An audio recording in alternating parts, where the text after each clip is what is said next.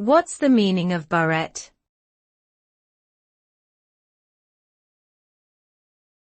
Barrette.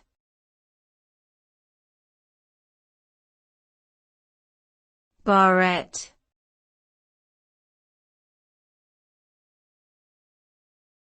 Barrette.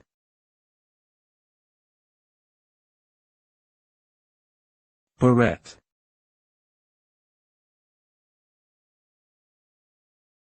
A barrette is a small hair accessory used to hold hair in place.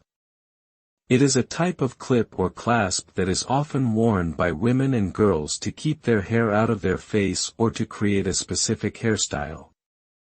Barrettes come in various shapes, sizes, and designs, and they can be made from various materials such as metal, plastic, or fabric. They may be embellished with gems, beads, or other decorations to add a touch of elegance or fun to a hairstyle.